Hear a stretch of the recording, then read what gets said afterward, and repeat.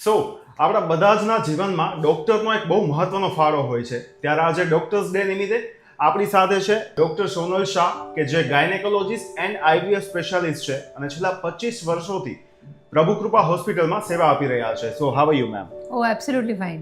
સૌથી પહેલો ક્વેશ્ચન તમને, કે તમને ડૉક્ટર બનવાની ઇન્સ્પિરેશન કેવી રીતે મળી? Yeah is a good question. હું નાની હતી ત્યારથી જ મારા ફાધરનું ઇટ વોઝ અ ડ્રીમ, અને when I was very small kid that time એ એવરી ડે મને કહેતા કે ભાઈ મોટી થઈને તું ડૉક્ટર જ બનજે અને બહુ સારું કામ કરજે અને બી હેલ્પફુલ ટુ સોસાયટી. તો ત્યારથી જ નાનપણથી જ મારામાં આ ડ્રીમ અપાયું હતું થ્રુ માય ફાધર. ઓકે, એક ડૉક્ટરની જે જોબ છે એ બહુ રિસ્પોન્સિબિલિટી વાળી હોય છે, કારણ કે તમારા હાથમાં લોકોનું જીવન હોય છે. તો આ આવડી મોટી જવાબદારીને તમે કઈ રીતે હેન્ડલ કરો છો?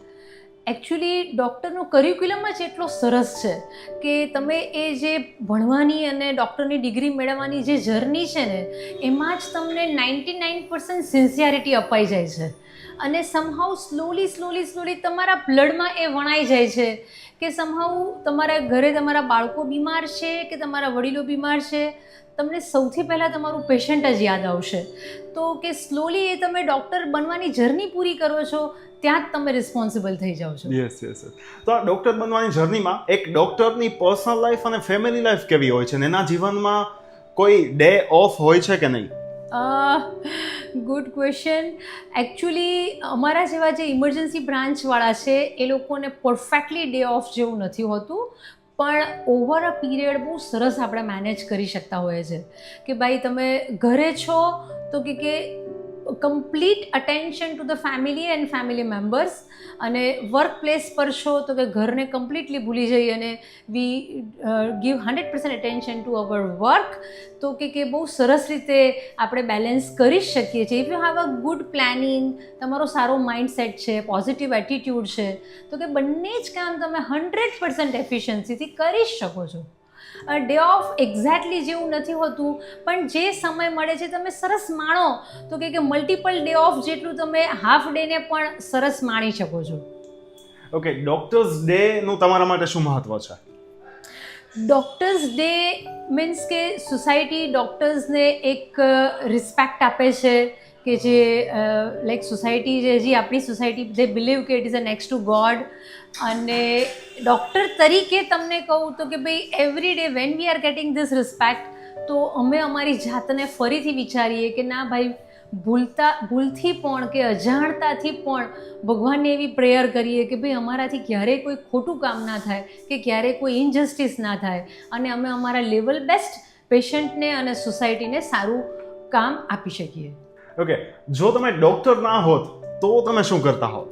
મને તો બધા જ કામ બહુ ગમે કે I can become good housewife, I can become a good mother, I love gardening. તો મારા તો આઈ થિંક હું જે કામ કરું મને બહુ જ ગમતું હોય છે, તો કે હું હાઉસ મેકર પણ સારી જ બની શકું. ઓકે, તમારા પ્રોફેશનને તમે એક વર્ડમાં કઈ રીતે ડિસ્ક્રાઇબ કરશો? It's a noble profession. You have a so many opportunities to do good. So એક ડૉક્ટરની લાઈફ એવી છે, એની જોબ એવી છે કે એને બધી ટાઈપના પેશન્ટ્સને ફેસ કરવા પડતા હોય છે. તો કોઈ પેશન્ટ સારા છે, કોઈ પેશન્ટ ખરાબ છે, કોઈનો સિરિયસ કેસ છે, કોઈનો નથી, અને તમારી નજર સામે તમે કેટલા ડેથ કેસીસ અને બધી ટાઈપના કેસીસ જોયા હશે. તો એ થ્રુ આઉટ ધ પ્રોસેસમાં તમે એ સ્ટ્રેસ અને એ ફિલિંગ કઈ રીતે મેનેજ કરો? સૌથી પહેલાં તો આટલા વર્ષોમાં બહુ જ મેથોડિકલી અમે કામ કરીએ. તો કે 90% પેશન્ટ્સના રિસ્ક છે અમે આઈડેન્ટિફાય જ કરી લીધા હોય અને પેશન્ટને પણ વેલ ઇન્ફોર્મ કર્યા હોય, અને તેમ છતાં ફોર એક્ઝામ્પલ કે કોઈ પેશન્ટ છે તો કે એને એબોર્શન થાય છે, તો that is a natural process, it is in nobody's hand. તો ઇમોશનલી સૌથી પહેલાં તો પેશન્ટને સરસ રીતે ટેકલ કરવું પડે કે તું દુઃખી છે એટલા અમે જ દુઃખી છીએ, but it is not in our hand. કોઈના હાથમાં નથી, આ એક કુદરતી પ્રક્રિયા છે. અને પેશન્ટને સારા એવા રીઅશ્યોર કરીએ કે એને પણ હોમલી ફીલ થાય કે ભાઈ ના we are always there with her. અને એ જે નેગેટિવિટી છે એ આપણામાં પણ આવવાની છે as we are human Bing.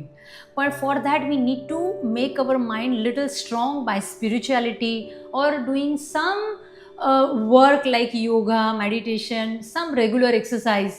તો કે આપણે આપણી જાતને પહેલાં સ્ટ્રોંગ કરવી પડે છે અને ઇમોશનલી સ્ટેબલ કરવી પડે છે, તો આપણા સામે બેઠેલા જેને પેઇન છે એનું પેઇન આપણે રિલીવ કરી શકીએ છીએ. Yes yes. તો ડૉક્ટરના જીવનની એવી કઈ વસ્તુ છે જે સામાન્ય લોકોને જનરલી નથી ખબર હોતી, કે એ લોકો ડૉક્ટરના જીવનનો આ ભાગ નથી જોતા હોતા?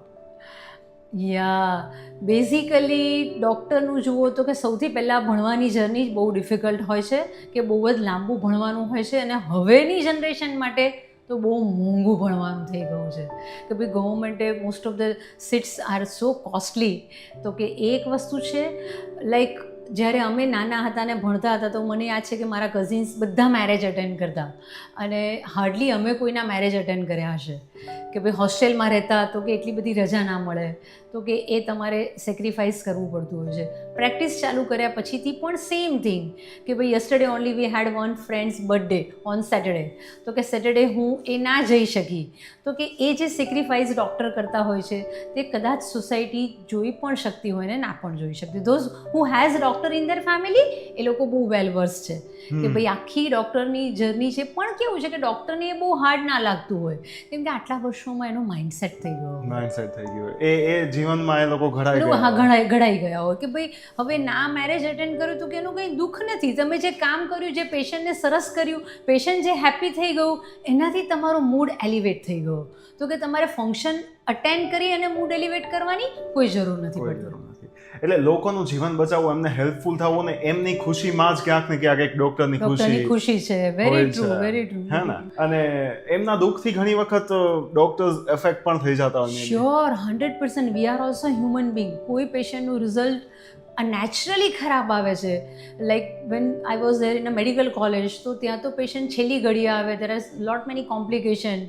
તો ખરેખર અઠવાડિયું આપણને જમવાનું ના ભાવે, અને તરત એવા વિચારો આવે કે બીજા કોઈને આવું ના થાય, એના માટે આપણે શું કરી શકીએ સોસાયટી માટે. યસ. તો એજ્યુકેશનની જ્યારે વાત થઈ ત્યારે એક ક્વેશ્ચન મને થાય કે અત્યારના જે સ્ટુડન્ટ્સ ડૉક્ટર બનવા માટે પ્રિપેરેશન કરી રહ્યા છે, તો એ લોકોને શું સલાહ આપશો તમે? બસ બી સિન્સિયર ફોર યોર વર્ક. તમે શું કરવા જઈ રહ્યા છો એ તમારા મગજમાં બહુ ક્લિયર હોવું જોઈએ કે ભાઈ હા, હું ડૉક્ટર બનવા જઈ રહ્યો છું, તો એ કામ તમને ગમવું જોઈએ, એ સિન્સિયરિટી તમારામાં આવવી જોઈએ. પછી એવું ના હોય કે ભાઈ પાટલી ડૉક્ટર ને મારે સિન્સિયરલી કામ નથી કરવું, ધેન યુ આર નોવેર. એટલે આ વસ્તુ એવી છે કે આ ખાલી ભણવા ખાતર ભણવાની વસ્તુ નથી. If you are sincerely into doctor thing, તો ધેન ઓનલી. પણ મેં કહું ને એમ કે જે પોસ્ટ ગ્રેજ્યુએટ કરીને નીકળે ને એના તો સમહાવ લોહીમાં વણાય જ જતું હશે ને સિન્સિયરિટી વિલ કમ.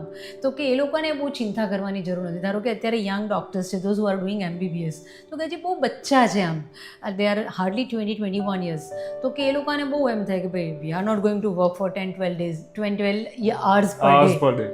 પણ એવું નથી હોતું. It's not all that difficult. તમે તમારી લાઈફને અને વર્કને બહુ સરસ બેલેન્સ કરી શકશો ઓવર એ પીરિયડ. આપણને આવું આવડી જતું હોય છે. એવું નથી કે ભાઈ ડૉક્ટર એટલે બીજું કંઈ જ ના કરે, કે ડૉક્ટર પણ બધું જ કરતા હોય છે, ફરવાય જતા હોય છે. લાઈક સિંગિંગની તમારી હોબી છે તો કરી શકો, યુ કેન ડૂ એવરીથિંગ. પણ તમારું એક સરસ માઇન્ડસેટ હોવું જોઈએ, પ્લાનિંગ કરવાની તમારી એક સારી ટેકનિક હોવી જોઈએ, તો યુ કેન ડૂ એવરીથિંગ. તો ડૉક્ટરનું ભણવાનું છે એમાં ખાલી કદાચ ભણવાનું નથી હોતું, આ બધી વસ્તુઓ ધીમે ધીમે તમે શીખી જ જાઓ છો. અને મોર ઓર લેસ હવે તો કરિક્યુલમમાં આવવા માંડ્યું છે કે નાવ હવે મને તો એમ લાગે છે કે અમે ભણ્યા હતા એના કરતાં પણ એજ્યુકેશન સિસ્ટમ બહુ સરસ થઈ ગઈ છે, કે એ લોકોને પણ તમારી માઇન્ડની સ્ટેબિલિટી, યોગા, મેડિટેશન એવું પણ એક પાર્ટલી શીખવાડવામાં આવે છે કે ભાઈ તમારે તમારી જાતને સ્ટેબલ કેમ કરવી. તો કે હવેની તો નવી આ medical education system is too good. તો as an doctor, how do you want to people to remember yourself as a doctor? તમે તમારી જાતને ડૉક્ટર તરીકે કેવી રીતે યાદ રખાવવા માંગશો? બસ as a good human being, nothing else. બાકી તો ઇઝ અ સાયન્સ કે જે આ વિજ્ઞાન અમે ભણ્યા છીએ તે પેશન્ટમાં અમે યુઝ કરતા હોઈએ છીએ અને સોસાયટીને હેલ્પ કરતા હોઈએ છીએ. અને જે ફ્યુચર ડૉક્ટર્સ છે એમને એક નાની એવી સલાહ? Always ethical. હંમેશા આપણું નોલેજ એટ પાર રાખવાનું, અને કોઈ ક્યારેય એવો વિચાર ના આવવો જોઈએ કે ભાઈ મારું શું આમાં. હંમેશા એમ જ વિચારાય કે ભાઈ આમાં પેશન્ટનો બેનિફિટ્સ એમાં છે. લાઈક અત્યારે રોજના એવા 2 પેશન્ટ આવતા હશે કે જે સર્જરી કરાવવા આવતા હોય અને અમે વધારે ટાઈમ આપીને એને સમજાવીએ કે ભાઈ તારે સર્જરીની જરૂર નથી, પણ ઇન અ લોંગ વે સાચી પ્રેક્ટિસ એ 100 ટાઈમ તમને વધારે હેલ્પ કરશે. ઓકે, તમારા 25 વર્ષની આ કારકિર્દીનો એક એવો ફની ઇન્સિડન્ટ કે જે તમે ફેસ કર્યો હોય. Day to day basically every day patient સાથેની ઘણી બધી વાતો, કોઈ વાર પેશન્ટને સમજવામાં ભૂલ થતી હોય છે, તો કે ઇન દેટ વે ઘણીવાર અમારા માટે ફન થાય. તો મને એમ છે કે સોસાયટીને એમાં હસવું ના આવે, પણ when we all doctors are sitting together તો કે એવા નાના મોટા ઇન્સિડન્ટ્સથી અમને ઘણીવાર હસવું આવે કે પેશન્ટ સમજવામાં કાંઈ ભૂલ કરી ગયું. તો that is fun for us only. સોસાયટીને ક્યારેક એ વાત ના સમજાય, પણ આમ every day after finishing our work અમે બધા જ doctors we are many doctors, so we sit together અને આખા દિવસથી અમે ખરેખર 15-20 મિનિટ, હા યસ, અમારે હસાયરો ચાલતો જ હોય. એવરી ડે વી હેવ હસાયરો કે આજના દિવસમાં શું થયું હતું એમ. Okay, out of syllabus question, coffee or chai during the day? ઓ ચાય. ચાય પર્સન, હે ને? આપણે Yeah. રાજકોટિયન્સ ચાય તો વી લવ. ઓકે.